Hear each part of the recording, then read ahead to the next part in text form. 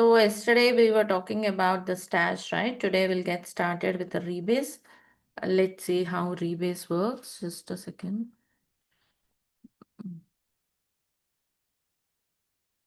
Hope you all have completed the hands-on.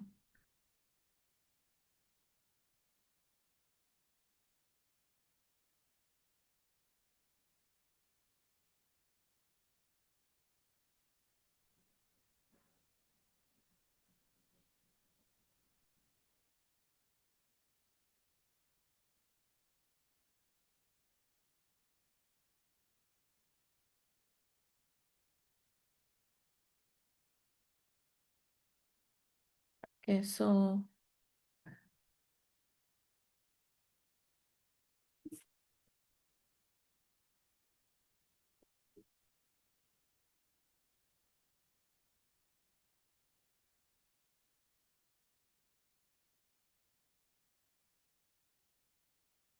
let us talk about something called rebase. What is this rebase? To understand this, let us go with the diagrammatic representation. Rebase is nothing but suppose, let's assume there's a master branch and this master branch is having some bunch of commits, commit A, commit B, right? Then let's suppose we want to create a branch. Okay, we have created some branch called B1. Okay, let's assume we created a branch B1. So this would obviously have the commits, commit A and commit B, correct? So then, okay, after creating a branch, parallel development is going on, parallel development is happening and so during this parallel development, whatever commits, okay, let's assume that parallelly development is going on. Here some commit C has done and here some commit D. So parallelly development is happening at some point of time. Okay, later in some point of time. Suppose if you want to like integrate changes from master to B1. Let's suppose you want to integrate changes from master to B1. So what should you do? In that case, Merge. integrate changes from one branch to another means it is a merge, right? So you would do a merge. Once you do a merge, your commit history would be something like commit A, commit B, commit D. So it's like commit A, commit B, and commit D when you are doing a merge. Right? This is what you would see. Actually, here the point to notice is whenever you are merging, yes, the changes would be integrated. And if you notice, okay, this is commit D, and this C would be added into the destination branch as a topmost commit. You might have noticed it. This is in case of no conflicts. It will be added as a topmost. In case of conflicts also same, but commit ID will be different. Means the point ID will be different in case of conflicts. The point to note here is whether it is a conflict scenario or no conflict scenario. Whenever you merge, the new commit ID will be added into the current branch, right? As though you have created it, like means whenever you create a branch, let's suppose if I create a branch at this point from master, obviously C would be at the topmost, right? The latest. So it just adds a new commit on to the current destination whenever you merge, right? That's just because you are merging, it shouldn't happen. Let's say if this is the case at some point of time, when you check the log, you don't know which commits are from which branch, right? Some will be from parent, some will be from child, and so on. Suppose if you want a scenario such that you want to merge it, you want to bring the changes, but you want your log history to be clean. You want to rewrite the log history in such a way that rather than it creating a new commit, C should commence it in between B and D. Why between B and D? Because first parent commits means you want your log history in such a way that first all the parent commits. These are the initial parent commits, right? And the D commit is made in the child branch, in the new branch B1. So This is what first parent commits, child commits. All parent commits will be arranged again as per the timestamp. Then all the child commits again as per the timestamp. If you want to rewrite and have this kind of log history, then comes something called rebase. Rebase is a functionality where you can rewrite the log history, right? Where you can rewrite the log history in such a way that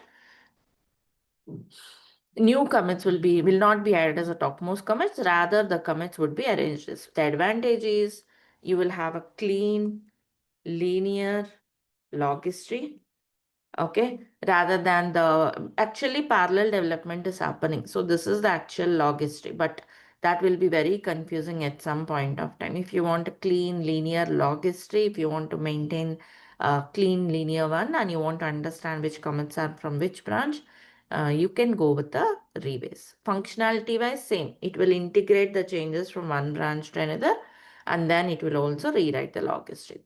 So rewrite is also a kind of much functionality wise. It will integrate changes from one branch to another. Is that making sense? So this is rebase. Rebase is a far advanced concepts. Beginners are want to do this rebase. This kind of rebase which we are talking about should be confined only for the local branches, because if you rebase the publicly shared socialized branches, it may corrupt the history. So that's only for local branches. That's a thumb rule and the golden rule which one should remember. Okay. So this is about the rebase. Any questions from anyone here? What terms do you mean by local branches, social branches? I didn't get that. Local branches in the sense which are confined only for you. You did not push them to remote. Those you can do this rebase. Socialized means others can also access, like moving them to public, I mean remote repositories. If this is only in your local repository, if you haven't yet pushed them to remote, means they are just confined for you and they are not available for anyone. In such cases, you can use this rebase. Let's say you have a branch, you are pushing that to remote, or you already pushed it to remote, others are also working on it parallelly. Those branches should not be rebased. Am I clear? Yes, clear. I would appreciate if it will go in a gist form. I mean, like a little recapitulate with this topic, what you told. Yes, once I am done, I'll do the recap. Few more points Mm. I have here. Okay, right. No issues. I'll do that part. Okay. Any Sure questions? thing. So this is a kind of, like I told you, it's a merge. This is the theoretical part. And the rebase, the current one we are looking at is just confined for local repositories. So do we have anything for remote? Yes, we do have something for remote. The remote repositories on remote also will use a rebase. That rebase is what, I mean, okay. There is something called pull with rebase. Okay, this is the one we use more frequently than the rebase I'm talking about. Pull rebase is different, totally different. When we talk about pull, we'll talk about pull rebase, right? So just forget about this for now. Ignore it for about this for now. Let's focus on the concept of rebase. This is the actual rebase concept.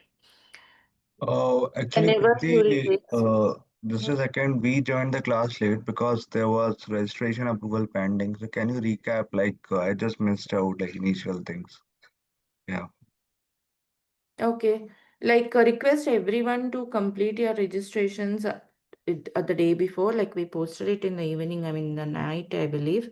But anyhow, I'll just give a quick recap. Just give me a second. Rebase,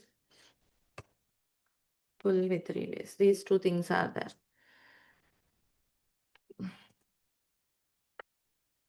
Like let's say this is your parent branch with a bunch of commits you have, right? And then you have created a branch at this point from master.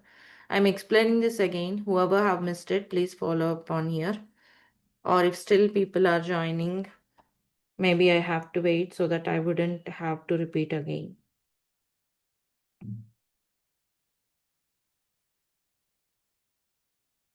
all this process should be completed yesterday night, or else before the class from 6 o'clock or whatever in the morning, or 7 o'clock also this could have completed.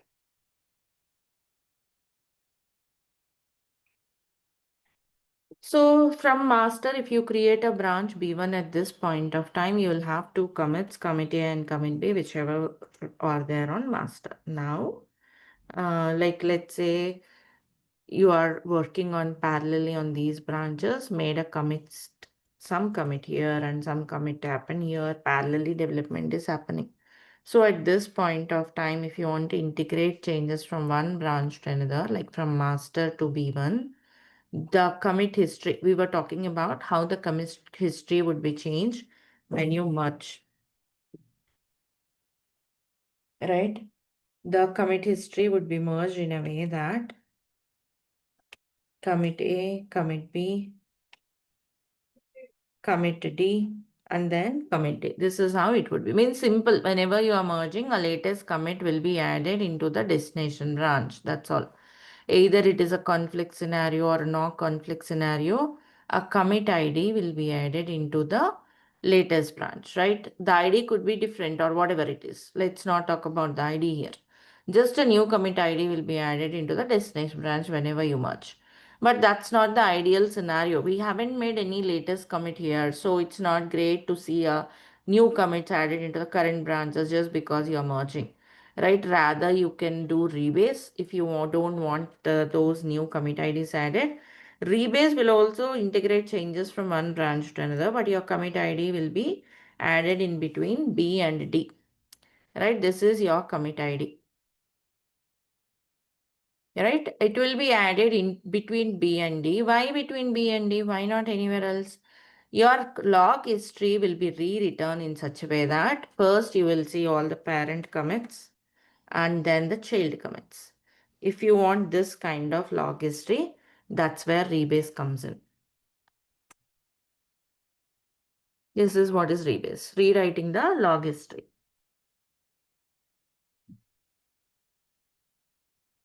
You rewrite the log history using this rebase. So the advantage is clean linear log history. This is what is rebase. Let me show you with the demo once, and then we'll take up the questions and the discussion over that. So this is the master branch. If you see the log of master, there are already bunch of commits you have, right? Let me just go with a simple commit history as per the understanding we had, like commit A, commit B. Let's assume these two are the ones. I just want to get rid of the rest of them. So git reset hard. Okay, this should be the topmost commit. Okay, done. Just making the log simple to go ahead with our demonstration as per the diagrammatic representation. So this is my branch, okay, with commit A, commit B. I'm going to create a branch for master. Can you help me out with the command? Git branch master. Let me say B2 master, okay. I'm just creating B2 branch from master, okay. Branch is created, but I'm still making some changes on the master. Let's say file2.txt, new file on master. So the same concept, like it is a file in the working directory. Okay, and if you see the status, you can see it is an untracked file, right? So how do you add this? Git add file to, okay, and then git commit minus am, some changes over here. Master branch changes or something. Okay. Okay, done. So it's clean. It has got the new commit. Let's assume this to be commit C. So this commit C and this file it wouldn't be on B2, right? Let us switch to B2. Check out B2. So we switch to B2. We don't have anything on B2. right? Like, I mean, anything in the sense, the new file, the new commit are not there. Let's check the log of B2. That's the log of B2. See here, commit A, commit B, commit A, commit B. This is commit C. Okay, let's assume like parallel development is happening. I'm creating some changes on B2 as well.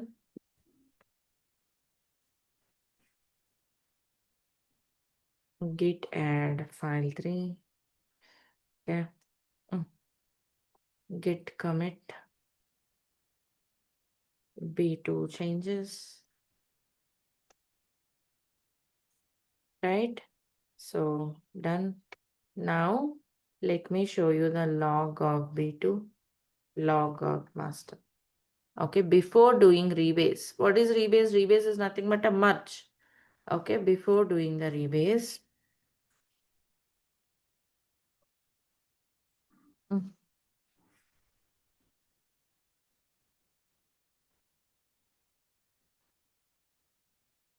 This is the log of B2. Okay. And then log of master. Okay.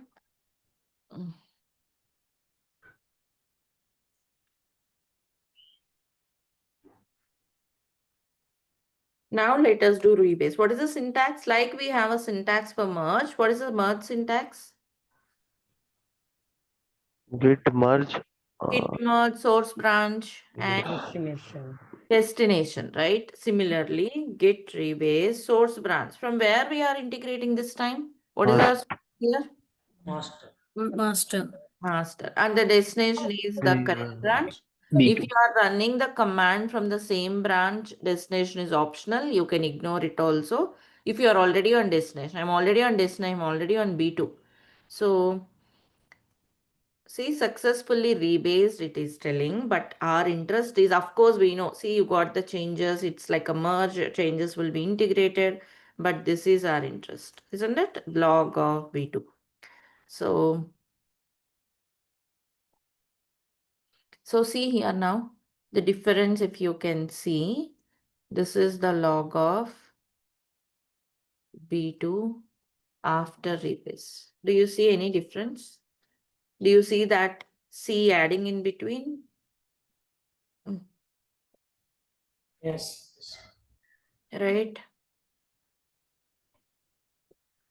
See here, the commit A, commit B are same, right? Commit C is 2EF. If you see here, sorry, that's a B2. Commit C is 9CE. You can see that 9CE here. This is 9C, this is commit C. C was added here.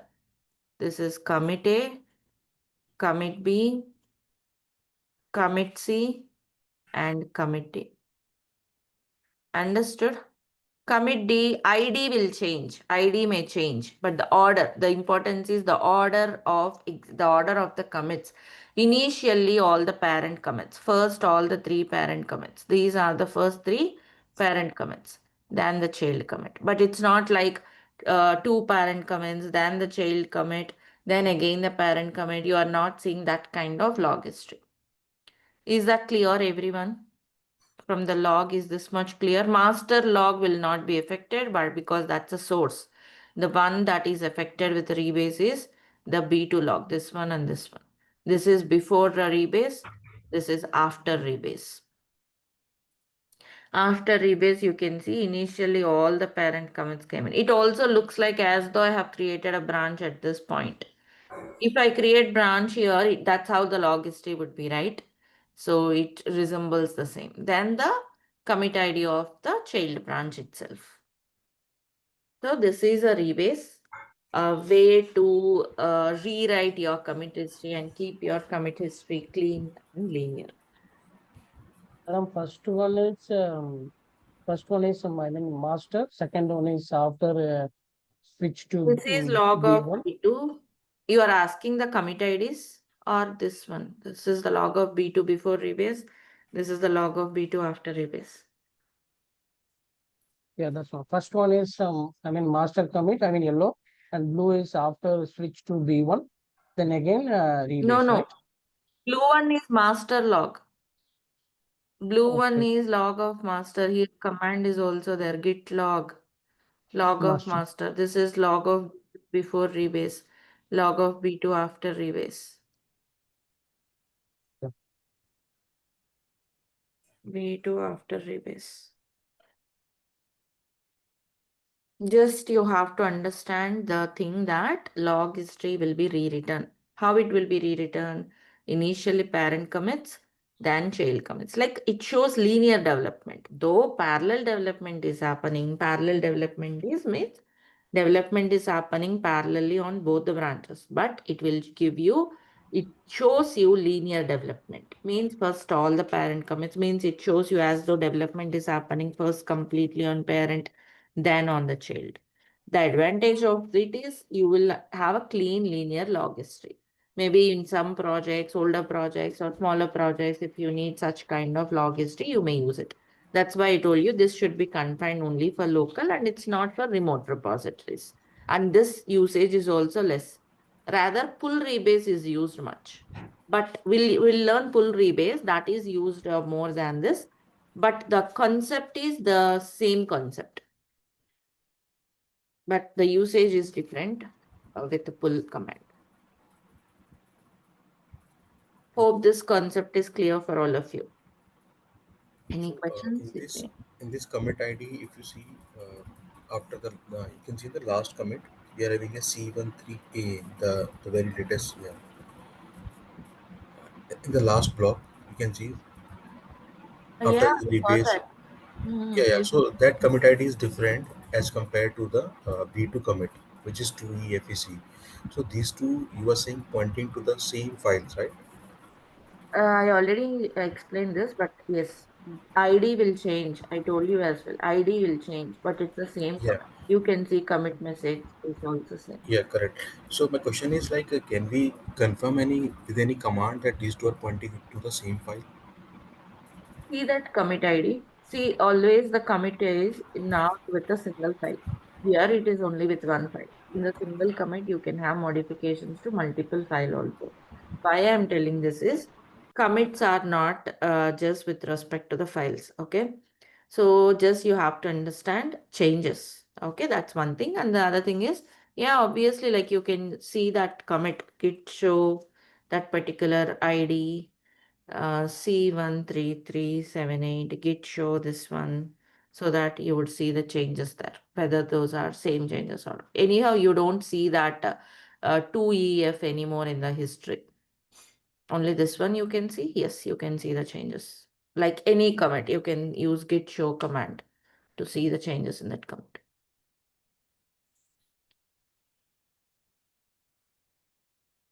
Any more questions?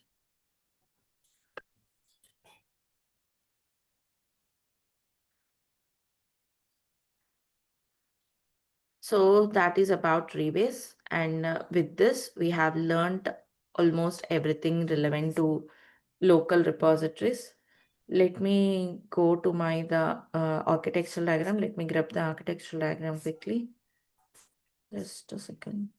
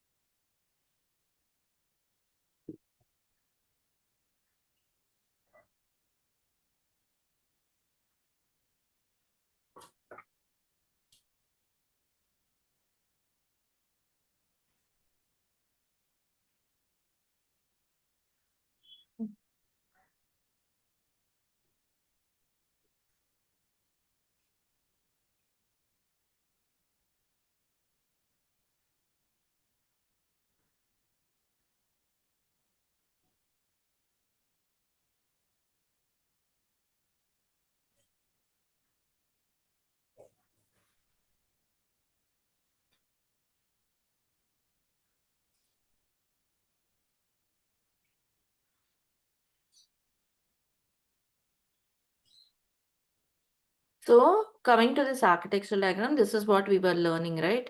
In the last classes, this is the one we were looking at. So till now, we are working on this local repository, right? We were making changes from working directory to staging area. This is the work we are doing till now. Now it's a time we can go to remote repository. So what is a remote repository? How can we understand the remote repository? Like what is it actually? So remote repository is again an online management system where you can host your local repositories. Just a second. My marker is not coming up. Okay, okay. So remote repository is nothing but online management system where you can host your local repositories, right? And where you can share with your team, you can collaborate with your team.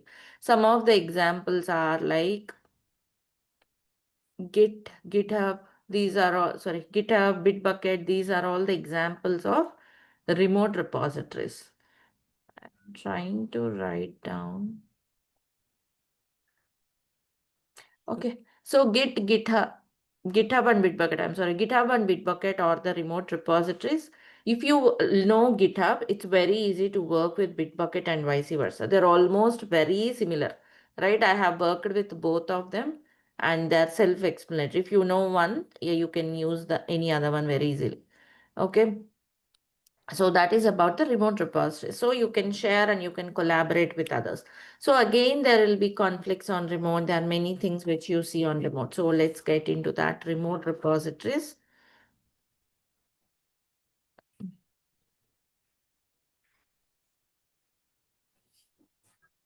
So just go to github.com. Okay, create a free account here. Like any Gmail account, it's as simple as that. You can create some Gmail, you can create a free good GitHub account on github.com. You will get some ID and password, which is very obvious. See, this is how it looks like. And of course, I have many other repositories. See, this is where the like that's a collaborated one with others. Others can access. So now let us assume like that's our use case in the beginning, if you remember, right? Okay, we have completed our changes in our local repository. We are done. Okay, we want to share this with my team, right? So how do I do that? As of now, whatever I have done is confined for me. No one else can see that. Those branches are not socialized or those branches are not shared with my team, right? Now, let me connect, I mean, let me share my changes, whatever files I have to remote. How do I do that? This is my local repository. How do you connect your local repository to the remote? You will do that with a command git remote add. You have to have a repository here to connect, right? On remote, you have to create a repository. Go to repositories. You will see new option. Okay, go for new. Give some name. For example, I'm just giving repo 1. If it is available, yes, you can create. And I'm creating a public repository. Public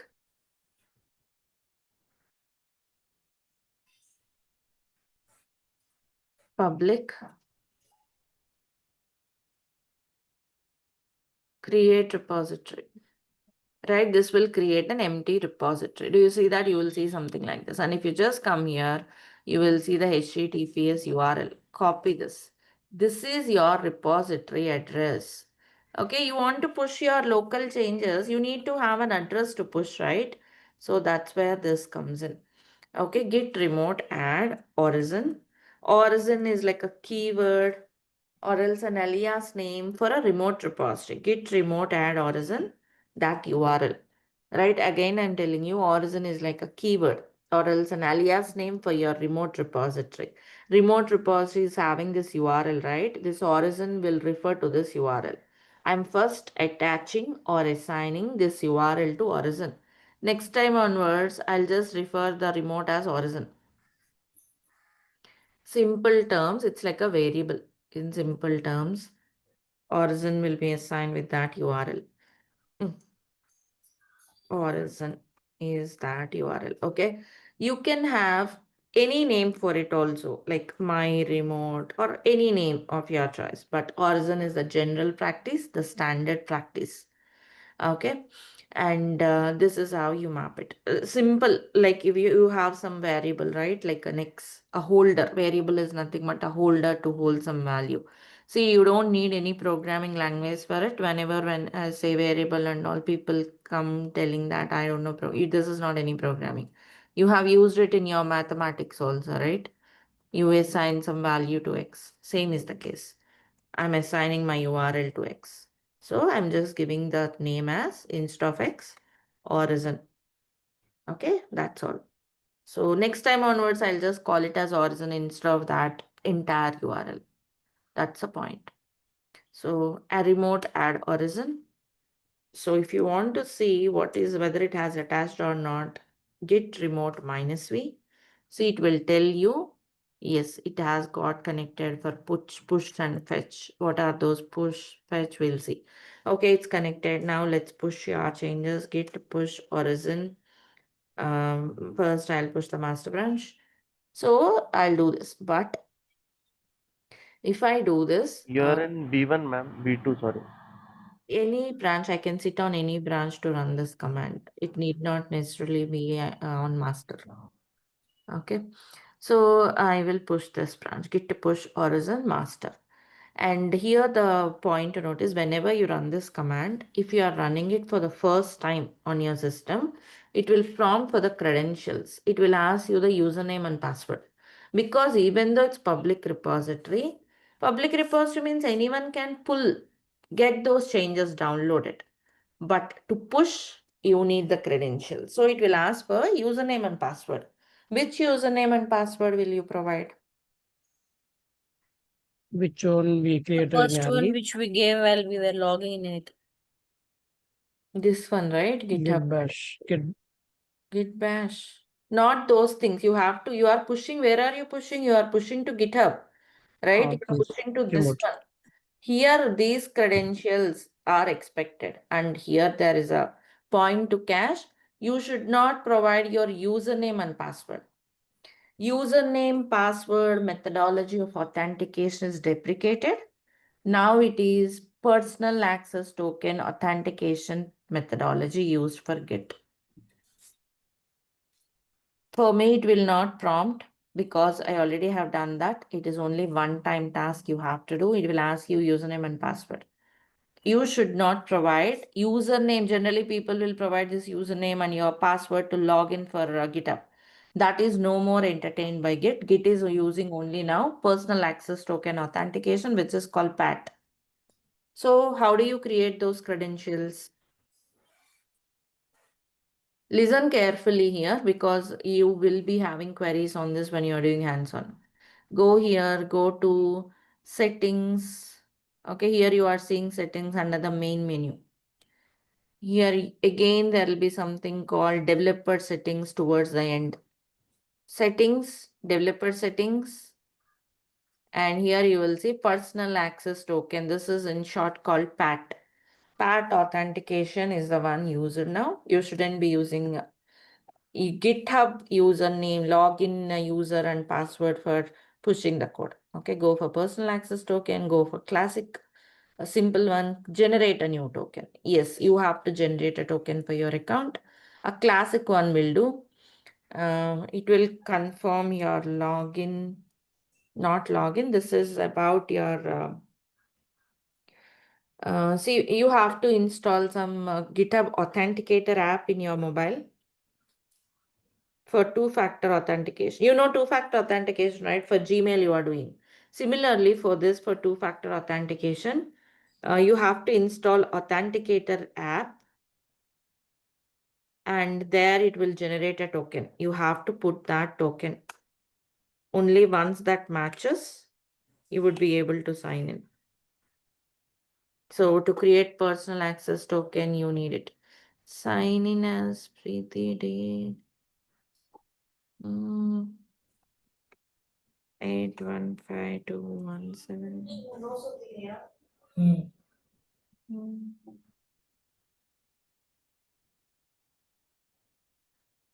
Something gone wrong.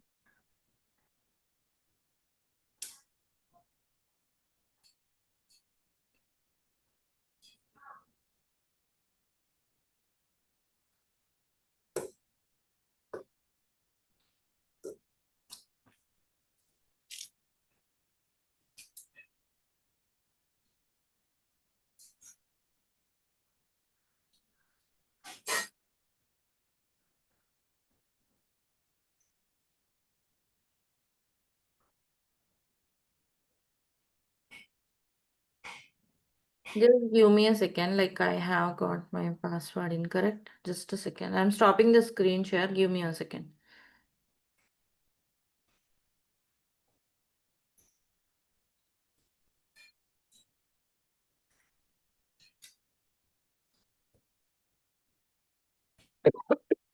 It is sending the reset password to my Gmail. Give me a minute. I'll take up your queries and look into your questions in a while. Just a second. I'm resetting it. Hmm. Authentication.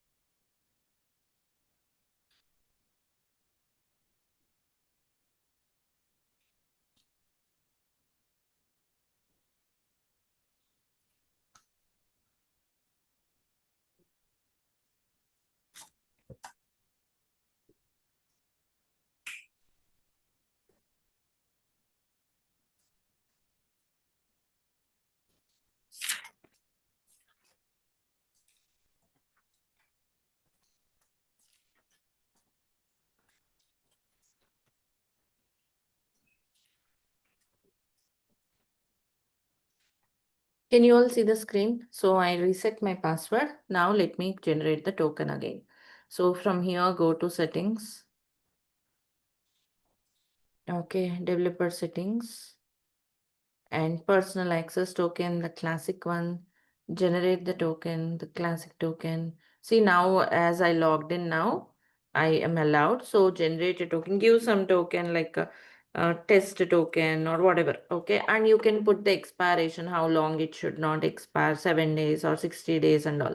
I'm leaving no expiration. And repo access, like I need access to the repos. So just select that repo and generate the token.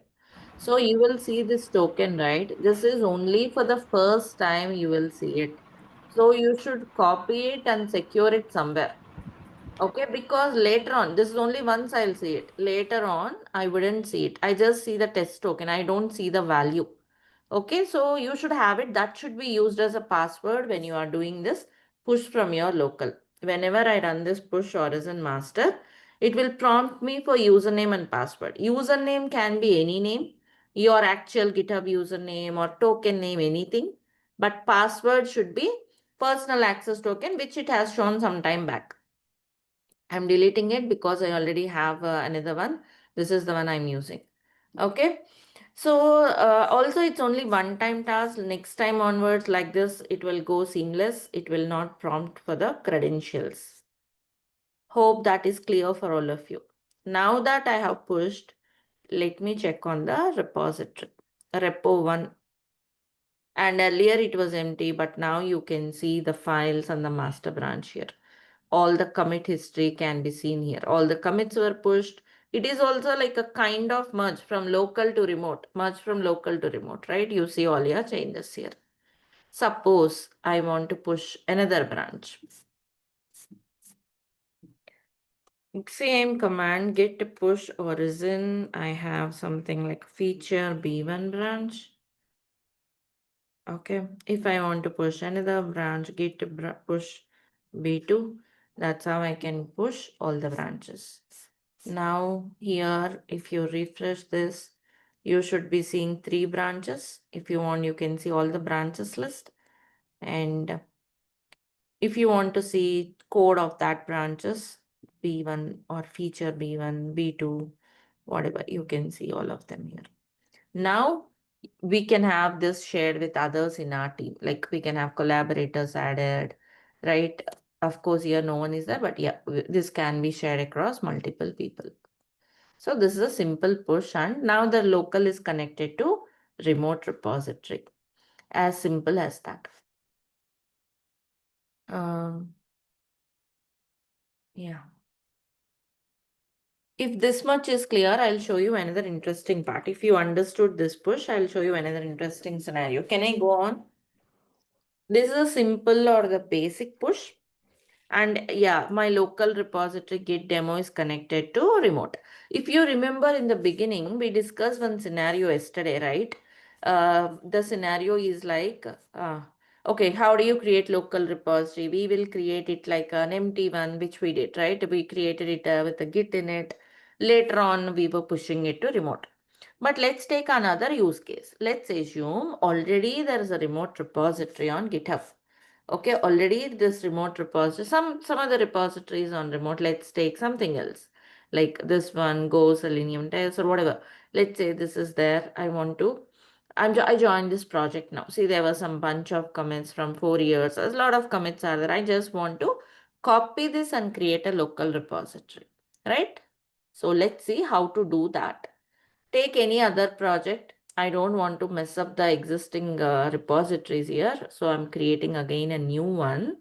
We'll name it as repo2, public repo2, but it will be an empty one, right? It would be great if it has some commits and all. What I'll do is I am adding a dummy readme file. Okay, projects can have their own readme file with explanation of what that project does. Here, just for the sake of some files and commits, I'm selecting this checkbox and creating the repo. So this is the one, okay, already there. See, when you create it, it is creating with the main or master, anything should be fine. Okay, it has created the repo with one file and one commit. Assume there could be 100 files, 100 commits, whatever. Now I join the team, already project is there. I want to copy it and create a local repository. How do I do that? Just go here, copy it.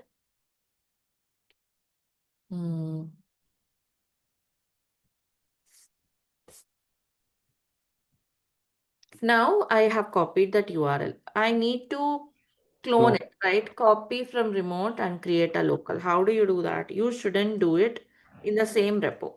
Git demo is already a local repository. You cannot create another local repository in it. Just come out of it. On the desktop, I'll run the command git clone, this one. It is on the desktop. If you see, it's on the desktop. Okay. Now it will create a directory called repo2 because it's a very smaller one. It has cloned immediately. If you do ls, yes, you will have a repo2 folder created. This is the one. Go to that repo. Repo2 is also another local repository now. ls, readme files, hidden files, ls minus a dot git. You are seeing dot git means it's a local repository created. Is that clear, everyone? Understood? Yes, sir.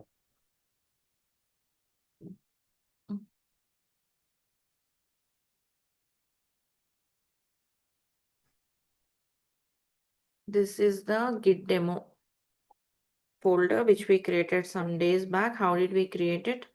This is a local repository we created with the Git in it and developed all the changes.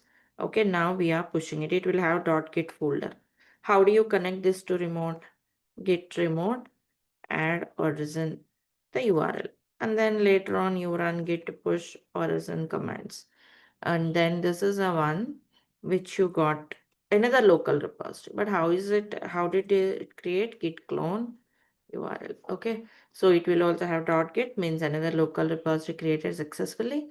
And from here, if you want to push, do you have to do again git remote add origin? You don't have to. You can directly do git push origin because origin will be already set because you have done git clone that URL. Is that making sense? Let me show you what I am explaining. I am on this repo 2, right? Let me open that folder in the Explorer as well. Okay, see that's on desktop, repo 2. Okay, fine. Now launch a new terminal for this. So if you see status, okay, fine. Let me just create some file just for test purpose. It just works like a normal repository.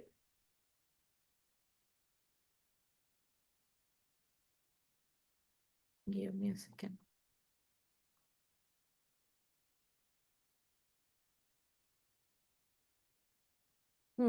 Now git status, what it would show.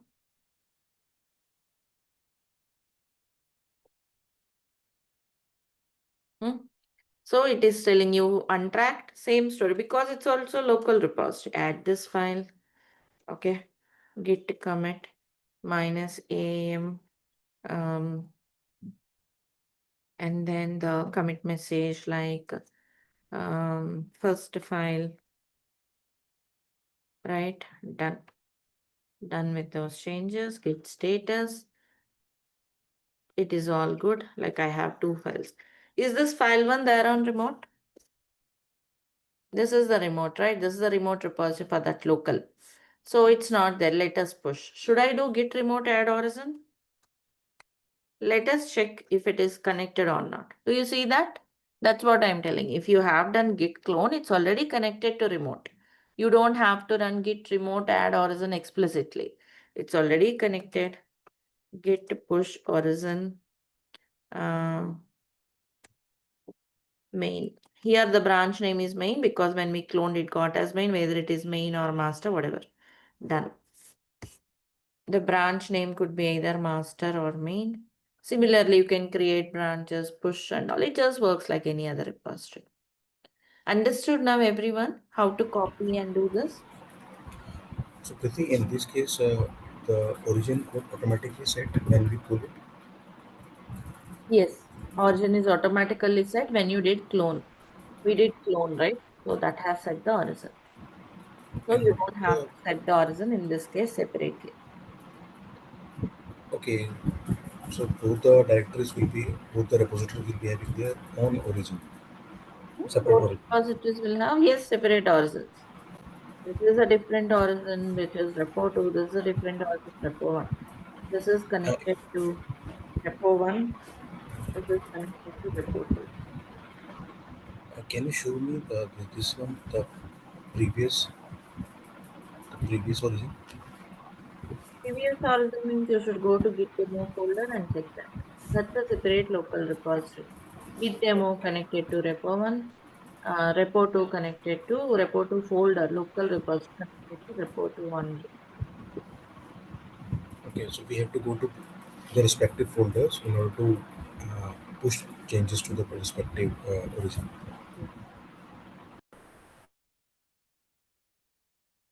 Mm. Go to git demo. This is specific to this project. Git remote -v here. It's connected to repo 1. Origin here means repo 1. Here origin means repo 2. Each local repository is connected to a different remote repository. Understood? Yeah, yes, right. So here it is connected to repo 2. That's why it's pushing here. You can also have multiple origins. Means let's suppose from the same local I want to push to multiple repos. That is also possible. How do you connect? Git remote add another name. Git remote add my origin. This time give that URL of repo 1. But I don't want to do that. Let's just dummy URL I'm adding. But it is set. See? So now what you will do, git push my origin, git push my origin b1 or main, whatever. But my origin is dummy. So it is telling you URL does not appear like a git repository, something like that. Got it now? If you could have given proper one, it will push. So we understood clone, creating a repository, pushing the changes, right? Let me show you another interesting part. Um, see here, let's assume this is collaborated, right? Multiple people will be working on this now. Let's say Someone else, let's suppose person A is having, like, let's say my colleague is pushing from his local repository, right? Assume he pushed something here. So for that assumption, I'm just creating a file from the UI itself, assuming it might have pushed by someone else from their local. Okay, we can also create from here, but very less we do from our local and push. Just a dummy test file. Okay, we can commit from here also. Just I want to assume, see, directly to main you are committing. Yes. Okay, like this, multiple people might be working. They might be pushing from their local like this. Assume someone else have pushed. Is this file there on our local? Will it be there on our local? Definitely no. No. So if I want to get the changes from my remote, because my remote repository will be collaborated by a group of people, so many people might be pushing their changes. I want to get all those updates. How do you do that? What do you do? Git pull origin, like we were doing push origin, the branch name. If it is public repository, this doesn't need credentials. If it's a private repository, it needs credentials again, which is a one-time task. You have to provide your personal access token and some username. See, now it says it has pulled. Do you see you got this file to dummy test? Right? So these are the basics of a remote repository. Clone, clone, pull. Okay, there is one more like fetch. These three looks and sound similar. We'll analyze these three differences. Let me show you fetch also before discussing the differences. Let me do one more thing. We have pulled it, right? Let's assume, okay, someone else is making some more changes here. File3.txt, test demo, commit the change. You may edit the same file and commit also. It need not be new file always. Just for simplicity, I'm creating file3. Okay, this is not there obviously. You have to do a pull, right? But there is another command which looks and sounds similar to pull, which is fetch. I did fetch. It is showing this text, it is showing this verbose, means like there were some updates. But if you see on the Explorer on the left hand side, you don't see any changes, right? I don't see anything here. Okay, so means fetch will just tell you there were some changes, but it will not actually merge. Like I am telling you, push pull also works like a merge, but not merge within local branches, merge from local to remote or remote to local. So it will not merge those changes into your local. It will just tell you there were some changes. But pull is the one which does the action. You can see now you got the file3 with the same line test demo, right? These are the three commands which looks and sound similar, like clone, pull, fetch. What is the difference? Again, important from the perspective of interview, if it is a basic level. So what is a clone? What is the difference between clone and pull? Clone create new repository, right? We use clone for Then first time. hmm, Pull, if already repo is there, right? hmm. Then if we want new changes, we use pull, right? Yes, clone is for the first time if you want to create a local repository. Okay, you will use clone. The dictionary meaning of clone, copy, right? It will copy everything from remote to local, including the .git file will be created, which is nothing but which makes it a local repository, right? It will create a new repository. For the first time, only once you will do clone. Later on, if you do clone in the same repository, it will give you error. Next time, okay, you have cloned. Let's say you have cloned on July 1st. Okay, it is some July 31st. So during these 30 days, many other changes might have been pushed there, right? What if you want to get those changes back? That's where you will do get the updates from local to remote. Sorry, from remote to local. From remote to local, you will do pull just the updates, not the entire repository. Fetch will show the updates from remote. It will not merge. Means pull works like, pull is like fetch plus merge. Right? So these are the things you have to get clarity on, particularly this local repository thing. Okay, this local repository, when you do git remote, .git will be created. In such cases, it's not yet connected to remote. You have to connect it with git remote add-ons. If you have cloned it, .git will create and you don't have to do explicit remote add-ons. Yes, first time only once we'll do clone, later on it is always pull. So, Preeti, before pulling anything, we need to just query the fetch command, right? Every time, Wait, just to check we'll the talk updates. about that one. We'll talk about that one. Okay, we'll do pull. What happens if you don't pull before you push? We'll come to that part. That comes when you have some updates and you're trying to push. We'll come to that part separately. Is this much clear for everyone? A quick confirmation will help me. Appreciate your quick responses. Yes, ma'am. Yes, Yes, understood, Preeti. ma'am. Right. So,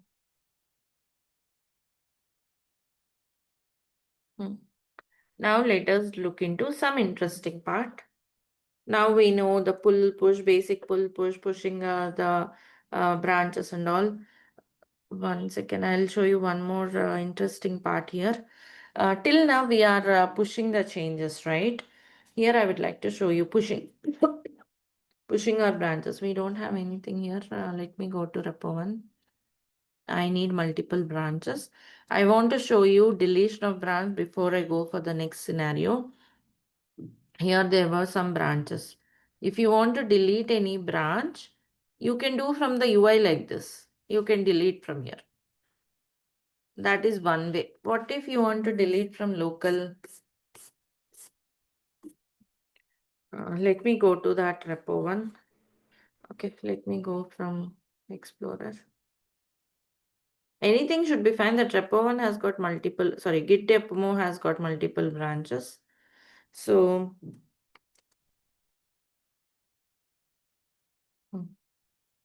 git demo. Okay, it has got multiple branches. Suppose I want to delete any branch. You can't, I'm on B2. I can't delete B2 because I'm already on B2. You can't cut the branch on which you are sitting. Simple logic. Okay, if you want to delete the branch, there is a command to do it.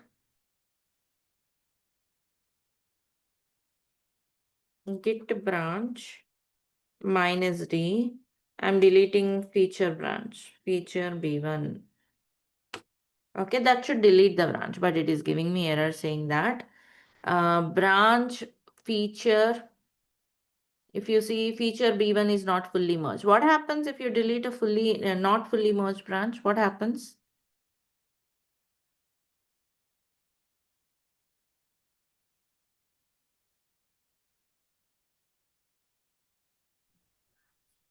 What It's happens? remove. Changes will be gone, right? If you are deleting some branch without merging it to some other branches, changes are lost. That's why it's giving me warning and it asking me confirmation because it's not merged. I did not merge it completely. So it's asking me to confirm with a capital D. Done. Deleted the branch. Now if you see the branch list, only B2 and master. Has it gone from remote also? Let us check. See, it is still here means the deletion you did till now is only on local. But what if you want to delete on remote? One simple way is you can delete from here, or else let's say I just want to do from CLI only from here, from local, git push origin, delete the branch name. This will delete from remote. It tells you that it deleted on this. Let's see. Yes, there are only 2 branches. If you see feature branches gone. Clear now? Right. So this is a small part about deletion. When you want to clean up the branches, cleaning up branches is very important. Whenever you create some draft branches or temporary branches, once your work is done, it should be deleted. Because like in Bitbucket, if you take, the number of branches will be charged. Also, stale branches will make your repository bulky when someone is cloning or during the pipeline run. Stale branches have a lot of problems.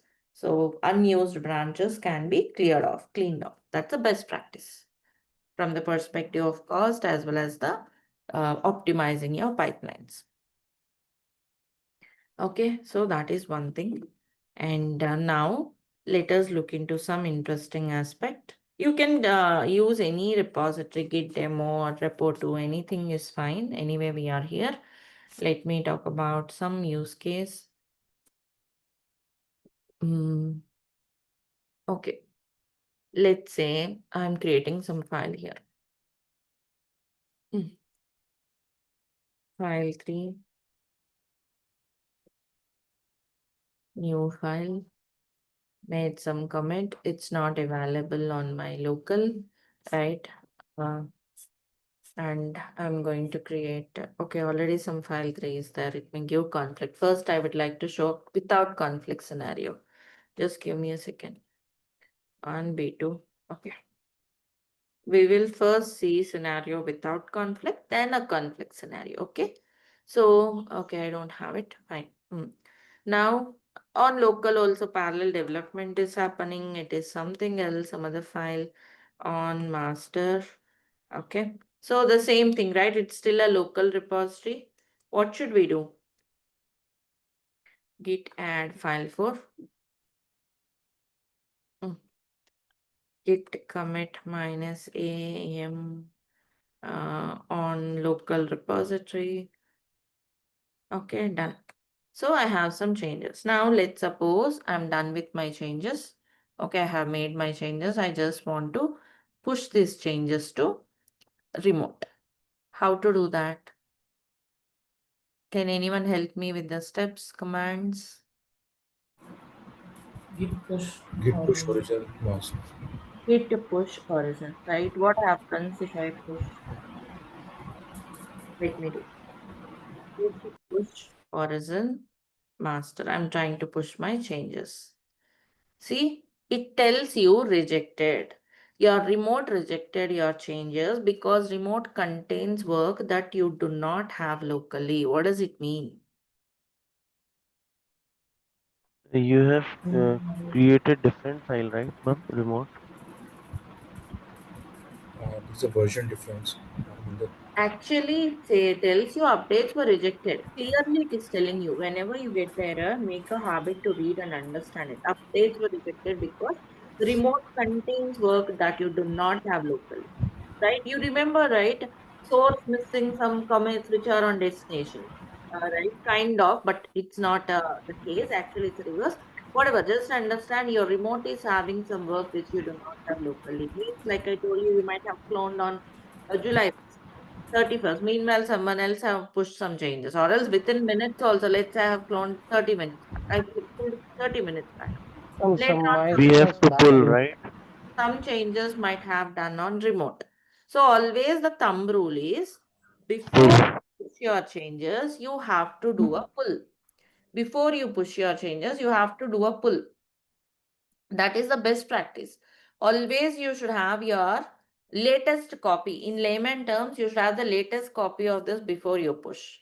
Okay, so what you have to do? What do you have to do? Git pull Git pull origin. origin master. Pull origin master. This is what you should do. Git pull origin master. Correct? Hmm.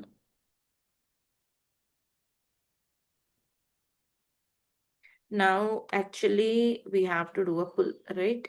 But, sorry, I'm sorry.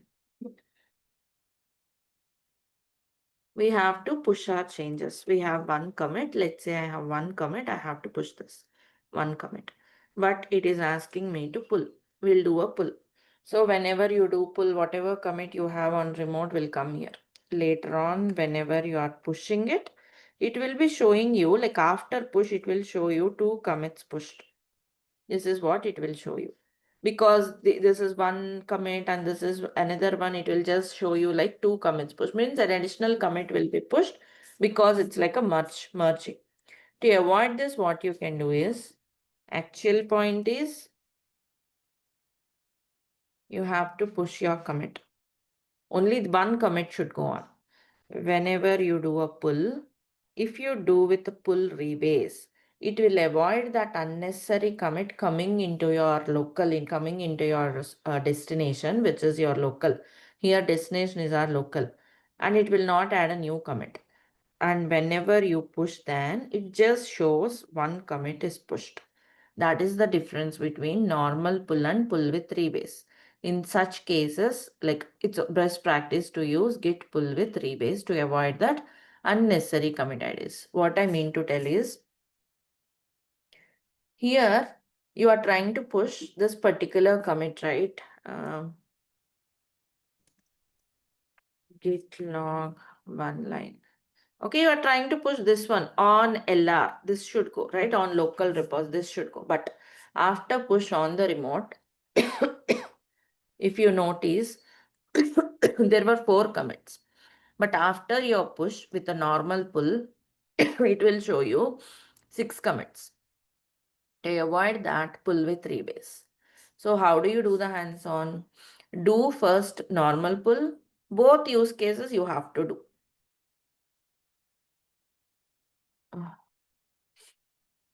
Okay, first this is one use case. This is another use case. Try both of them. If it is Windows or Linux, you can try both of them. In Mac, it will not allow this because that's not a best way to push 2 commits. It will allow only pull with rebase. So I can do only this one. So you can try both of them. Hope I am clear with this, right? So to avoid this one, I am doing a pull with a rebase. You can try both of them if you have a different OS. So what I'll do is git pull origin, git pull origin rebase. That's all. Okay. There is no conflict here. Forget about conflicts. It's not about conflict. It's different files. So no conflict here. It should be same file, then source should miss the commits. Then you'll get a conflict. That is a different part. We are not having any conflict in this case. So pull with rebase. Okay, now if you push it, why was that?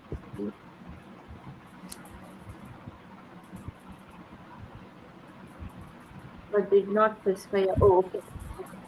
Sorry, I did not put the branch name. Git pull origin master. I'm pulling with rebase. So you can see the change, right? The new file came in. The changes. Now Can come you see the back. box here? You should see only one commit ID. Earlier there were 4. Now you should see only 5. But if you do a normal pull there, you will see 6 commits. Just try it from your end if you have another OS. Is this clear, everyone? Pull with rebase? So And this, local as well, we can see the 5 commits, right? no, I did not. This is the commit ID on LR. Commit. Just push this. Ah, This sorry, okay, so fifth commit okay. is push one, right? Hmm. Commit is pushed on the LR. This is what I want to push. That came in. Preethi, if you can show me the logs of the local, commit logs on the local.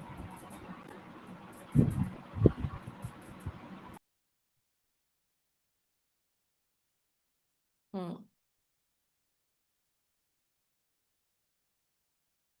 Log of local. Okay, understood. So commit ID got change of the latest one, which is F03. The rest it is added one file. Yes. Okay. ID will change because that's what is rebase, right? Some time back we learned rebase. Actually, this is the commit history.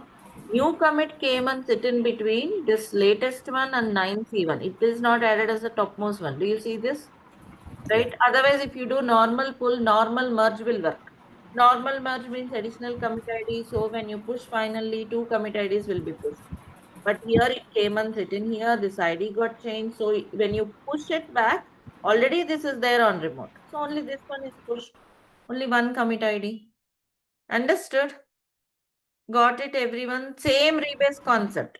But rather than using that rebase that way in local branches, this way it is more helpful. Am I clear? Appreciate your quick response. Is this much clear? Everyone be active, responsive. If it is clear, do confirm me or any questions, confusions, you can clarify it.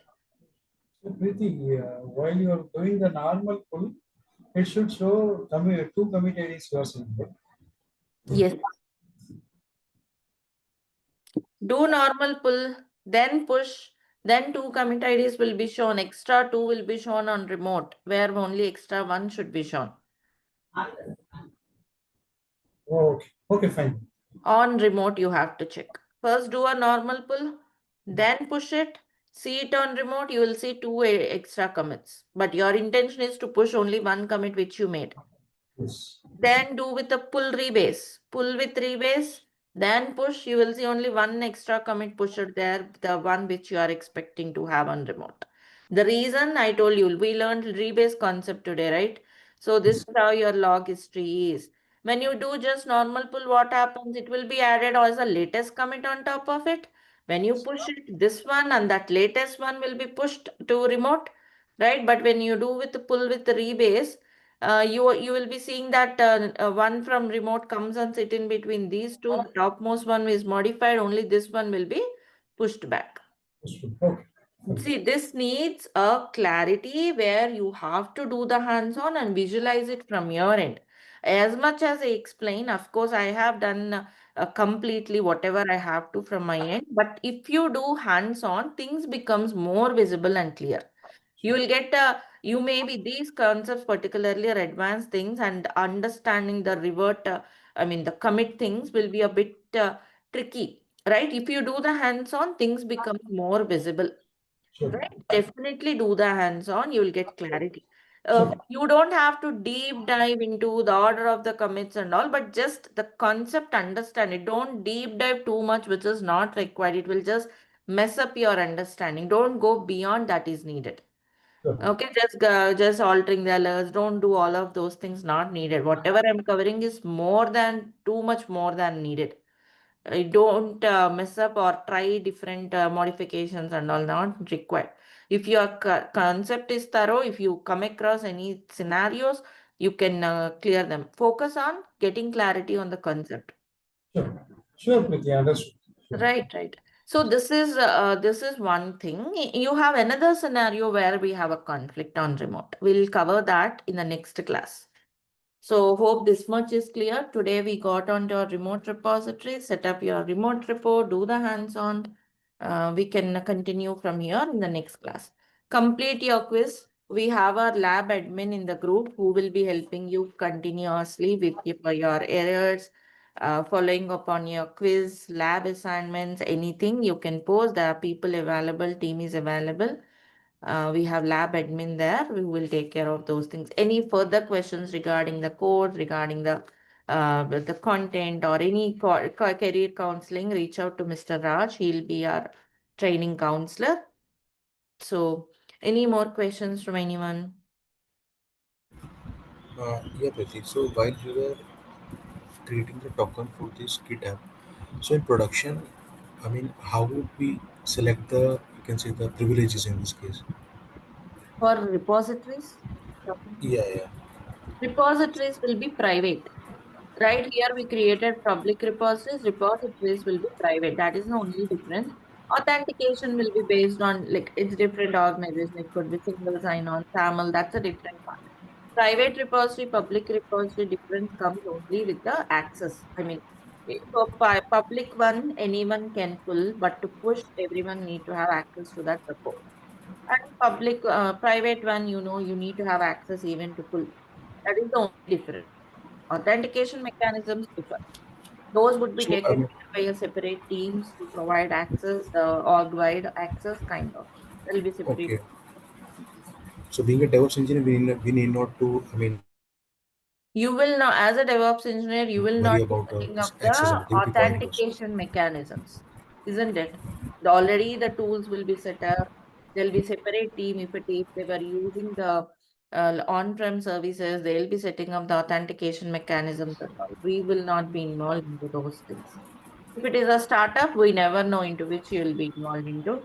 In that case, you can have to explore and do it. If it is startup, again, it depends on different orgs, the way they're sitting.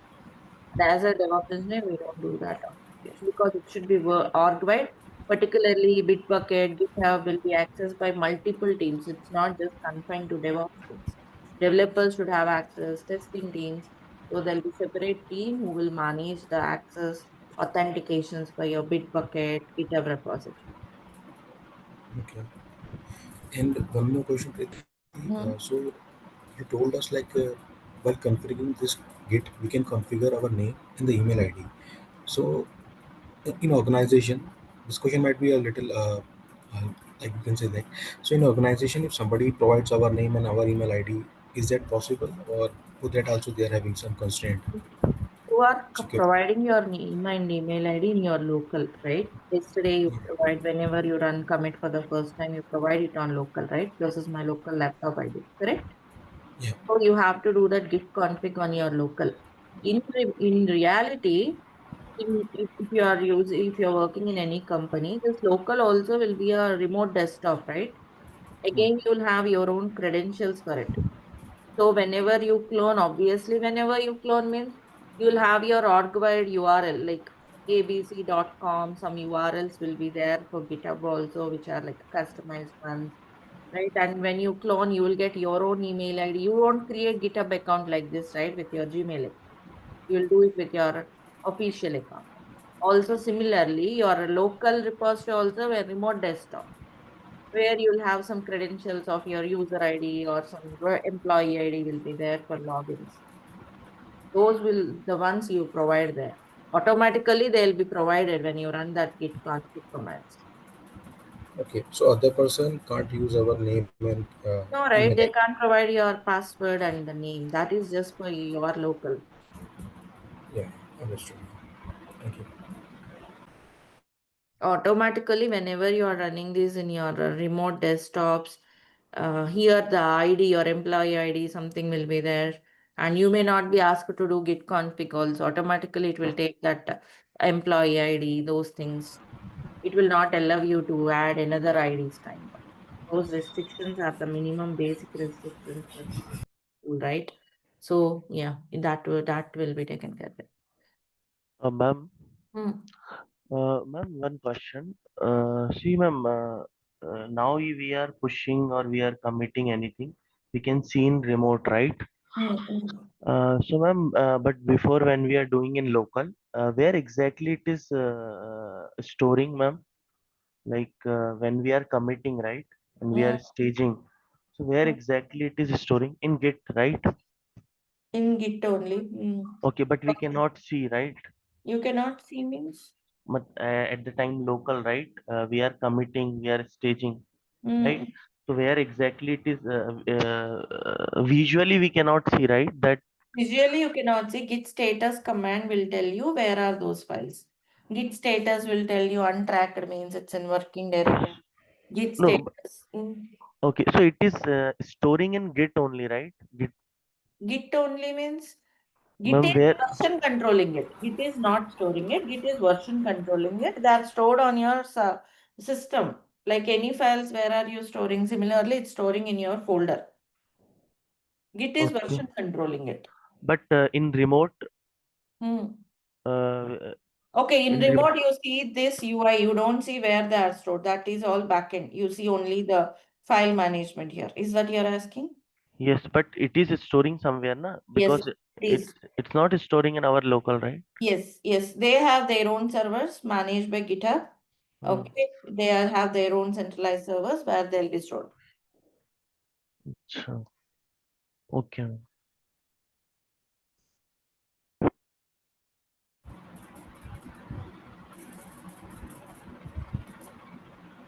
All right, then that's all from my end. Please complete hands-on till this part and complete all the quiz assignments. See you all tomorrow. Good day. Bye, everyone. Thank you all. Thank you. Thank you.